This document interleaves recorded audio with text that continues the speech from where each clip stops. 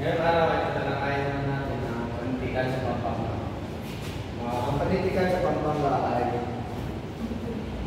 ang salita ng Pampanga ay galing sa Pampang, ibig sabihin ay tabing ilog sa lalawigan na ay nasa gitna ng Luzon at napapalibutan ng mundo gaya ng Zambales, Cordillera at Sierra Madre. Dahil mayaman sa lupa, kilala ito sa pagtatanim ng palay at tubo. Ang geografiya o lokasyon nito ay nakaapekto sa kultura, kabuhayan at panitikan ng Kapampangan. Pinagmulan ng Kapampangan ayon kay H. Otley BM mula sa ikalawang pangkat ng mga Malay na dumating sa Pilipinas panahon ng pagdating na 300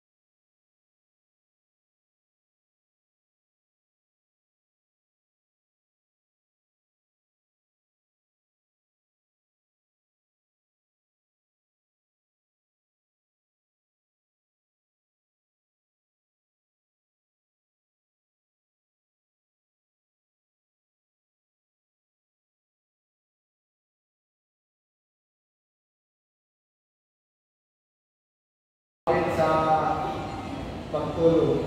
Palaisipan at alamat na nagpapayag ng karupungan at paniniwala ng mga tao ayon kay Dr. Amado Luzon. Maraming sinaunang panitikan sa Pampanga ang nawasak o sinunog ng Kastila upang palitan ng mga Kristiyano Europeo. Panitikan sa Pampanga sa panahon ng mga Amerikano. Unti-unti ipunlat ang panitikan sa Pampanga gamit ang wika, Ingles at Tagalog. Mga publication, plataforma, tinatawag na ang mga bayahan, pahayagan tulad ng The Voice at Bale. Nagsilbi itong plataforma sa mga manunulat, mga anyo ng panitikan. Umusmong ang mga makatang Kapampangan. Ginagamit lang ang tula, sanaysay at maikling kwento upang ipahayag ang damdamin ng bayan. At ang tanlag na manunulat sa mga Kapampangan ay Juan Crisostomo Soto, Orlando Tolentino, Unanan, Aka Luis Garcia. Si Si Juan Crisostomo Soto, kilala bilang Ama ng Panitikan at Kapampangan. Ang kanyang pangalan ay nanggalingan ng salitang Crisotan. Ang Kapampangan, counterpart ng Balagtasan. Si Aurelio naman ay Aurelio Filipino, isang manunula at revolusyonaryo, kilala sa kanyang sikat na dulang kahapon, ngayon at bukas. Isang pagtatanghal lamang sa mga Amerikano, Unanan, aka Luis Garcia. Bagamat hindi nakasama ang larawan niya, mahalagang bagitin siya bilang isa ring nanyag na manunula. Magandang umaga sa lahat, lalo-lalo na sa ating guro, ginang natin. At ngayon, tatalakayin ko ang mga butong ng Pampanga. Sa Kapampangan ay adwanang bolang sinulat ang nabuang heraras. Sa wikang Pilipino, ito ay dalawang bolang sinulit abot hanggang langit. Ang sagot ito ay mata. At sa Kapampangan naman, sa pangalawang halimbawa ay tutupin nangungukya at iyong kilong inbunot na. Sa wikang Pilipino, ito ay isang buko na sa loob ng bunot. Ang sagot nito ay mangga. Ipinapakita ito na likas na malikhain ang mga Kapampangan sa paggamit ng mga talinghaga na pananalita upang mas magpalalim ang pag-unawa ng mga bagay sa paligid. Ngayon naman ay lumapit tayo sa pangalawa, ikaw o ika sa Kapampangan, iway pangalan, aka Luis Garcia na sinaling ni Rolando Fernandez. Ang salaysay na ikaw ay nagpapaliwanag na ang pagkatao ng isang tao, ang kanyang pag-iisip, nararamdaman at kilos ay malaking epekto sa mundo sa paligid niya. Kung ang nasa loob natin ay lumalabas sa ating ginagawa at lumabalik din sa atin. Kaya, mahalagang maging mabuti tayo. Pinuturuan din tayo ng sanaysay na ito na kilalanin ang ating sarili, tanggapin ang kahinaan natin at pagyamanin ang ating mga kakayahan. Sa paggawa nito, nagiging mas mabuti tayong individual at nakapagdudulot ito ng positibong influensya sa iba. At sa pangatlo naman ay si Miss Pathupas ni Juan Crisostomo Soto na sinabi ni Pat Villafuerte. Ipinapakita ng kwentong si Miss Pathupas ang pagbabago ng isang tao dahil sa influensya ng edukasyon at banyagang kultura. Si Miss Yeng o siya si Miss Pathupas ay siya ay isang tunay na Kapampangan. Sila ay mahirap lamang at siya ay natutulong magsalita ng wikang Ingles dahil sa kanyang Amerikanong guro. Habang tumatagal, unti-unti niya nakalimutan ang kanyang sariling kultura na ang kultura niya ay wikang Kapampangan. Na parang hinahiyan niya ito sa ang kanyang pinagmulan. Ngunit sa isang listahan nang siya ay mapahiya at magalit, bigla niyang nilabas ang mga salitang Kapampangan na patunay na hindi niya kaya magtago ang kanyang tunay na identidad. Natawa ang mga tao dahil kahit gaano niya sililing maging sosyal at maka-Ingles ay lumilitaw pa rin ang kanyang pinanggalingan ng kultura, ang wikang Kapampangan. Ipinapakita ng kwento na hindi dapat natin ikanihiya ang ating sariling wika at kultura.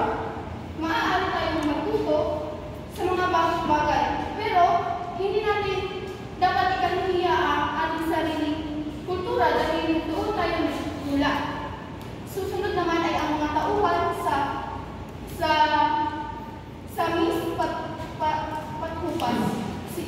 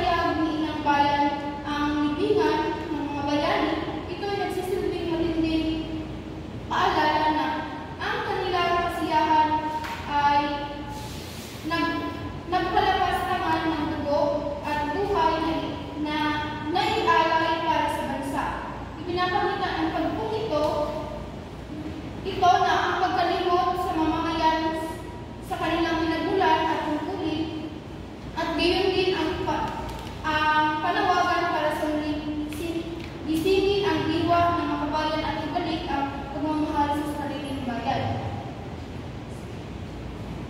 At ngayon naman ay ito ang mga tauhan na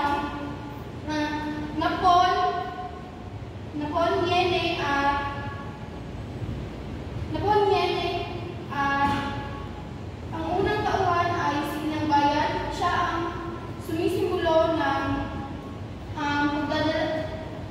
ng Pilipinas, pagdadalang natin sa pagkamatay ng mga bayani. Si Ginang Bayan ay isang salisag sa Pilipinas, isang inang nagdadalang natin sa pagkamatay ng mga bayani at patuloy na naghihilayat ng kanyang mga anak na ipaglaban ang bayan. Siya rin ay ang tinig at tunay na pagmamahal sa kalayaan. At sa pangalawa ay si Asa Tayo. Siya naman ay kumakatawan sa mga Pilipinong taksil. Inuna niya ang kanyang sarili, kasiyahan at pansariling kapakanan kaysa sa dangal ng bayan. Ang kanyang pagdiriwang habang nagduduro siya sa Ginang Bayan ay larawan ng mga Pilipinong walang malasakit at madaling mapaalitin. At sa pangatlo ay si Taga-Ilog. Siya ang sumasagisag sa Katagalugan at diwang revolusyonaryo. Si Taga-Ilog ay sumisimbolo sa Katagalugan at diwang revolusyonaryo ng mga Pilipino. Siya ay hanggang lumaban para sa kalayaan, at siya rin ay kumakatawan ng pag-asa at muling pagbangon ng bayan. Sa pang-apat ay sina Masunurin at si Walang Putol. Sila ang mga Pilipinong sunod-sunuran. Sa panghuli ay si mga taong bayan. Si mga taong bayan ay sila ang mga karaniwang mamamayan na bulag sa kamalayan at sa bayan. Yun naman po ang maraming salamat. Si Ginang Bayan ay isang salisag sa Pilipinas, isang inang nagdadalang natin sa pagkamatay ng mga bayani at patuloy na naghihikayat ng kanyang mga anak na ipaglaban ang bayan. Siya rin ay ang tinig at tunay na pagmamahal sa kalayaan. At sa pangalawa ay si Asa Tayo. Siya naman ay kumakatawan sa mga Pilipinong taksil. Inuna niya ang kanyang sarili, kasiyahan at pansariling kapakanan kaysa sa dangal ng bayan. Ang kanyang pagdiriwang habang nagduduro siya sa Ginang Bayan ay larawan ng mga Pilipinong walang malasakit at madaling mapaalitin. At sa pangatlo ay si Taga-Ilog. Siya ang sumasagisag sa Katagalugan at diwang revolusyonaryo. Si Taga-Ilog ay sumisimbolo sa Katagalugan at diwang revolusyonaryo ng mga Pilipino. Siya ay hanggang lumaban para sa kalayaan, at siya rin ay kumakatawan ng pag-asa at muling pagbangon ng bayan. Sa pang-apat ay sina Masunurin at si Walang Putol. Sila ang mga Pilipinong sunod-sunuran. Sa panghuli ay si mga taong bayan. Si mga